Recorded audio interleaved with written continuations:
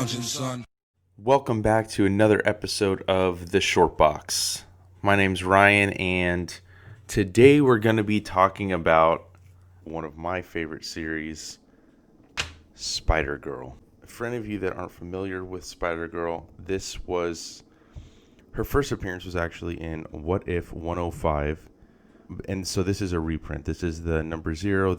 This was the lead into the new line at Marvel Comics, MC2, which was set in the future and had some legacy characters like, Wolverine's daughter, J2, which was Juggernaut's kid, and A-Next and stuff like that. So just like the new generation, right?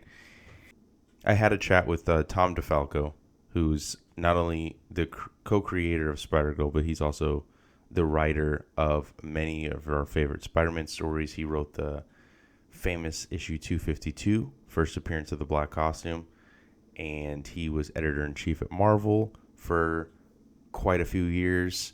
I thought, you know what, why not go through this comic, since it was always one of my favorites, and she's a beloved character and has a huge fan base. It started off in a What If issue. I don't know that it was ever intended to go further, but it ended up going for one series, and then it got canceled, and then the fans, there was an outpouring of support for it by the fans, and they kept bringing it back over and over again. So this was originally in 1998. So when this comic came out, I was only 11 years old. This is probably at the height of when I really, really started getting into comics and collecting a lot. I've said before, I started reading comics at 5. I'm 33, so that's 28 years of comics. And when I was 11, that's when I really started. I think I got probably had my first pull list and stuff like that. And Spider-Girl was a book that I originally picked up when stuff was still at like bookshops and the markets and stuff like that. I think I picked up like the 5th issue, which had a Venom cover. Anyways, so just like her dad, she went to Midtown High. And we notice already that while she's the daughter of Peter Parker, she's also the daughter of Mary Jane. So she's in the popular crowd. She plays basketball, and this is the emergence of her powers. She gets the spider sense, but she doesn't even realize that she's getting it, right? And boom, this is the first time her powers come to light. She doesn't realize it. She just thinks like it's in the heat of the moment, and she slams the basketball straight through the hoop, much to her parents' dismay. They're like, oh crap, as he says, he's been like looking for her powers for years, and he's always tried to keep an eye out, and she's still unaware.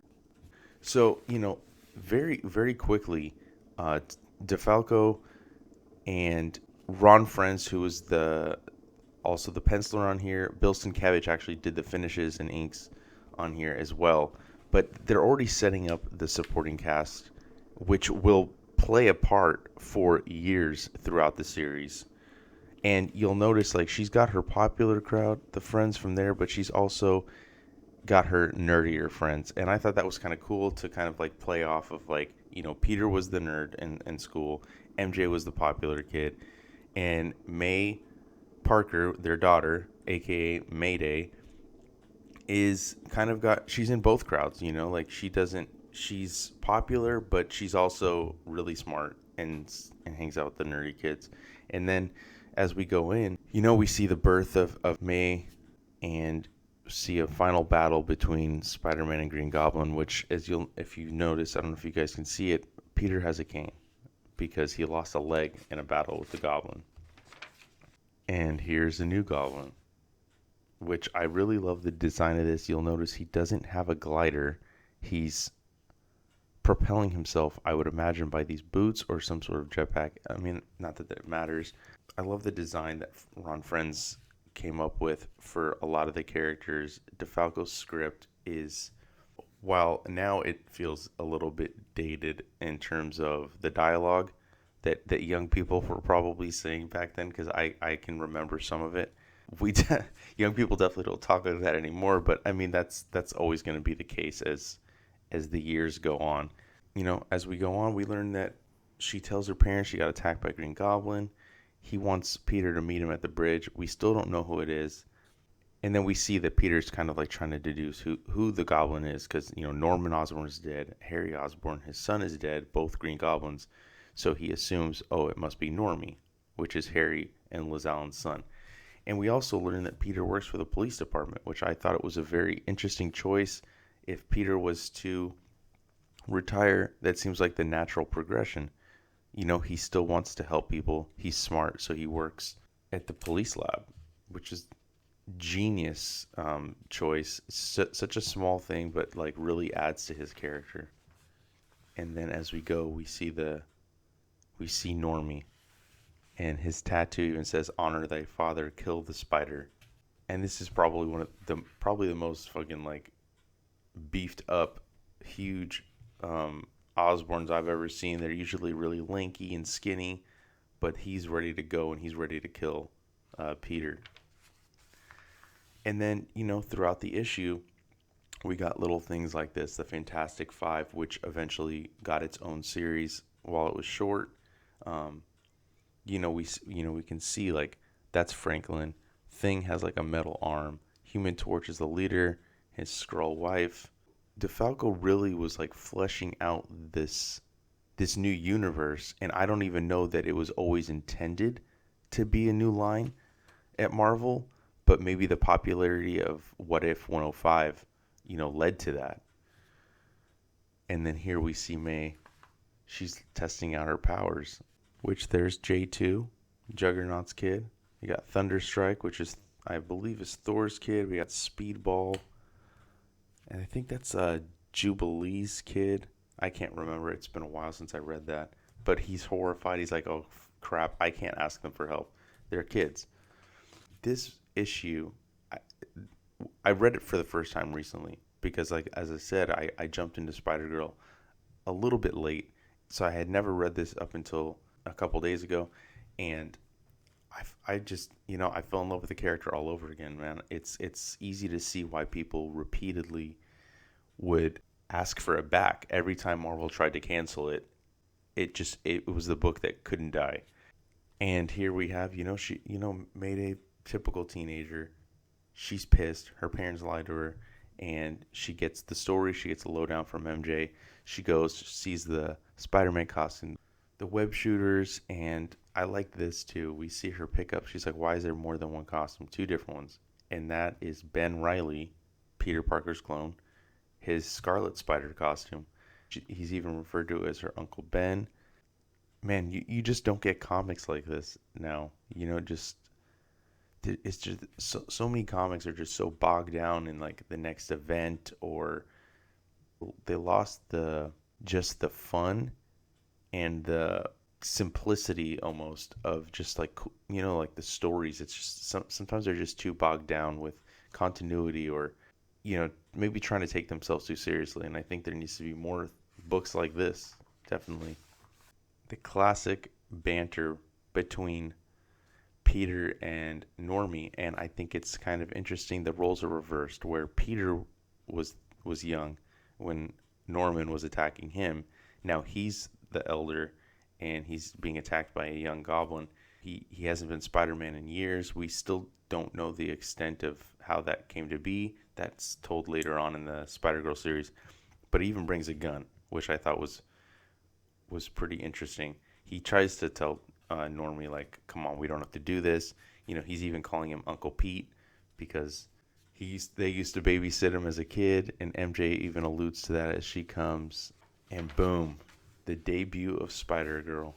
One of the best designed costumes, I think. And I just love this striking image, like almost like the manga lines to show the movement. She kicks his ass, and obviously MJ and Peter, they're like, oh shit, like, is she gonna be able to handle this? And she does, dude. She holds up her own, takes him down. She uses not just her powers, but she uses her brains. And just like her dad, like, where he, after she tricks him into lighting the bomb, she could have let him die, but she doesn't, and she even, that great line of great power comes great responsibility. She even, kind of says that a little bit as she takes him out. And as the issue closes, there's the inner monologue of her realizing that things aren't going to be normal anymore. We even see some design stuff for her own spider costume and stuff like that, and the question mark of the end. And obviously it wasn't the end. Like I said, it went on to over 100 issues between series. Like I said, I think there's three or four volumes. We even have a bonus preview of Spider-Girl #1. I won't get into that, but I will say this: Pat Olive ends up becoming the artist on the main Spider-Girl series for quite a while, and is a huge part of the book. We got the A Next, some of the legacy characters. We got, I think that's Wasp. I can't remember some of these characters. You got Jolt, J2, Speedball, the New Jubilee, Stinger, Mainframe, and Thunderstrike. So we got previews of all those titles because they came out strong. Then we got the J2. And that is Spider-Girl. If you guys haven't checked the series out, I'm not sure that it's all collected in trade. I do know there's at least one pretty thick volume that may have like the first 15 issues or so. If not, I'm sure it's on Marvel Unlimited. They have a lot of their older series on there. But definitely check it out. It's one of the most fun Spider-Man related books that I've read. And even as things got darker in the main universe, this was always kind of like a shining light, kind of like a brighter book that harkened back to like the 60s and 70s Spider-Man tales before things got super edgy, from the 90s, and the influence of Image Comics on the Marvel and DC books. But yeah, it's an awesome book. Highly recommend it. And if you haven't already, make sure you head over and check out that Tom DeFalco interview that I had. That was really fun. And make sure you follow us on Facebook, Twitter, and Instagram at The Comic Lounge. You can also find us at thecomiclounge.com. Email us your comments or suggestions at thecomicloungepod@gmail.com. You can also throw those down below in the comments if you want. And make sure you hit that subscribe button so you're notified every time we put up a new video. Don't forget to hit that bell icon as well. And on that note, I'm out.